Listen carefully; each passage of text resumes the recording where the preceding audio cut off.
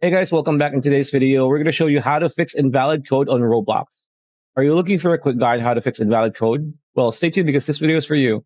So we are now in Roblox help page and prepaid card errors, so invalid card or unsuccessful payment. What can you do to prevent it? So register the correct billing information with a prepaid card provider. Another way is when you make a payment, make sure that the billing information you enter on Roblox matches the registration information exactly. So double check, triple check, quadruple check before you send the payment.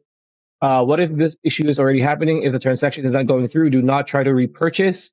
This can result in pending charges that can place a hold on the balance of the card for up to 10 days. So the amount held will return to your card automatically and Roblox will not receive a payment. If you have problems even after registering, call the customer service number on your card to see why they are declining the charges. So that's pretty much it. That's how you fix it.